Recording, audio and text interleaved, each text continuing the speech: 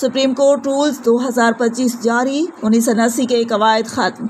Islamabad supreme court ने 45 साल बाद अहम तब्दीली करते हुए 1980 के रूल्स खत्म करके नए सुप्रीम कोर्ट रूल्स 2025 नाफिज कर दिए।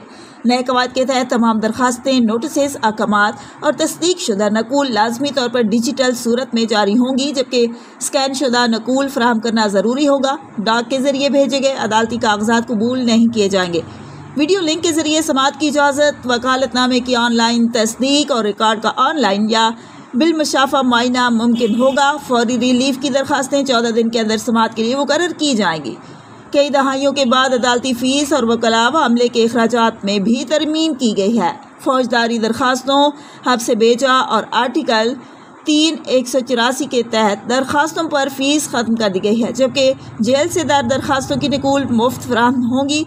रजिस्ट्रार को सज़ाए मौत के मुकदमात में रियासती वकील मुकर्रर करने का भी इख्तियार मिल गया है।